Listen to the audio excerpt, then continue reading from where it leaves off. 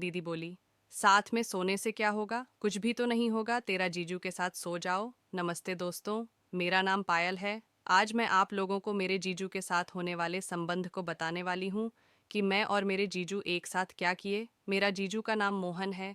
मेरे बड़ी दीदी को शादी किया है। मैं एक बार उनके घर में मेहमान गई थी। उसे समय की यह बात है। पहले तो मैं बता दूं आप लोगों को, मेरे परिवार में मैं और मेरे मम्मी पापा ही रहते हैं। करीब 1 साल की बात है जब मैं अपने जीजू के घर गई हुई थी, करीब हमारे घर से 50 किलोमीटर दूर पर। मेरे जीजू के घर हैं। मेरे जीजू और मेरे दीदी शहर में रहते हैं। वह उनका खुद का घर है।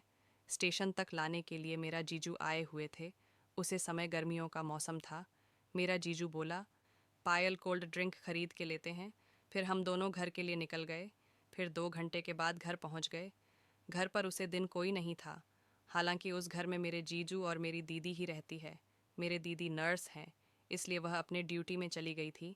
फिर हम दोनों घर पहुंचने के बाद मैं खुद ही पानी पीने के लिए किचन रूम गई और पानी पीकर बाहर आई और बेडरूम में बैठकर टीवी देखने लगी।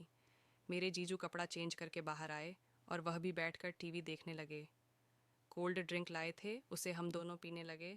करीब शाम होने चला था। मेरा दीदी भी आ गई और मैं अपने दीदी को देख करके गले लगा लिया और मेरा दीदी भी गले लगा ली। मेरे दीदी पूछने लगी, कब आई तुम? मैं बोली, थोड़ी देर हो रहा है, पहुँचे हैं सो। फिर मेरी दीदी बोली, क्या जी, मेरे बहन को पानी सब दिया कि नहीं? फिर मैं बोली, अरे मैं पी लिया दीदी। फिर मेरे दीदी ने मेरा जीजू को चिकन लाने के लिए भेजो। मैं वहीं पर बैठ करके मूवी देखने लगी।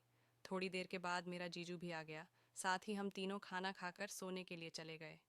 एक ही बेडरूम था तो एक ही जगह तीनों को सोना था। मैं अपनी दीदी को चुपके से बोली, अरे दीदी, हम तीनों एक ही साथ सोएंगे, मैं बरांडा पर ही सोती हूँ। फिर मेरी दीदी बोली, क्या होगा, तब हम तीनों सोएंगे तो कुछ भी तो नहीं होगा। तुम किन्नर में सोएगी, मैं और तेरे जीजू साथ में सोएंगे, कोई भी दिक्कत नहीं होगा। जैसा मेरी दीदी बोली वैसा ही हम तीनों सो गए। बीच में करीब 10 बजे मेरी दीदी वॉशरूम के लिए निकली। फिर वॉशरूम से आई। पता नहीं नींद के कारण मैं बीच में हो गई थी। मेरी दीदी आई और वह किन्नर में ही सो गई। रात को मेरे जीजू मेरे ऊपर अपना टांग को रख दिया। मुझे सब पता चल रही थी, लेकिन मैं मेरे जीजू को कुछ नहीं बोली। उसे दिन मेरे जीजू ज़्यादा हरकत नहीं किया। फिर सुबह हो गया। मेरा जीजू भी काम के लिए जाते हैं तो जल्दी से रेडी हो गया। फिर मैं नहाने के लिए बाथरूम चली गई। पता नहीं अचानक से दरवाज़ा हिलने लगी। फिर मैं नहा करके बाहर आई। मेरे दीदी भी अपनी ड्यूटी पर चली गई और साथ ही मेरे जीजू भी। उसे दिन भी रात को हम तीनों खाना खाकर सो गए। उसे दिन मुझे वॉशरूम लगी थी तो मैं वॉशरूम के लिए चली गई। जब मैं वॉशरूम के अंदर थी तभी मेरे जीजू भी वॉशरूम में पहुंच गया। मैं डर गई।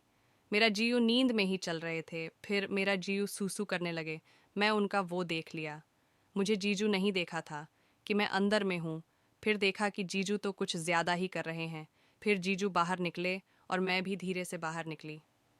उस समय मेरा दीदी किनार में सो रही थी तो मैं बीच में जाकर सो गई। उस दिन भी मेरा जीजू मेरे ऊपर पैर करके सो रहा था और उसका वो मुझे महसूस होने लगी।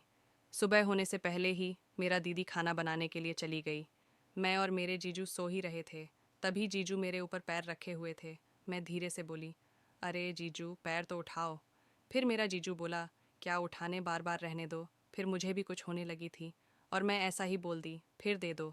मेरा जीजू सुन लिया। क्या बोल रही हो? मैं बोली, अरे कुछ भी नहीं। फिर दोनों उठ गए। मेरे जीजू नहाने के लिए चले गए। मुझे नहीं पता था कि बाथरूम के अंदर मेरे जीजू नहा रहे हैं और मेरे जीजू दरवाज़ा भी बंद ठीक से नहीं किए थे। मैं अंदर चली गई और मैं देखते ही रह गई और मैं बाहर निकलने वाली ही थी कि मेरे जीजू ने मुझे पकड़ लिया। तो तुम सुबह सुबह देने के लिए बोल रही थी तो मैं दे दूँ। फिर मैं मुस्कुरा दिया। मेरे जीजू भी समझ गया था। फिर हम दोनों के बीच पानी छिड़कने का मैच चला। ज़्यादा देर तो नहीं, लेकिन 10 मिनट तक मैच कंटिन्यू रहा। हम दोनों ने इस खेल का आनंद भरपूर उठाया। फिर मेरे जीजू बोलने लगे, अभी तो काम करने के लिए जाने का मन नहीं कर रहा है।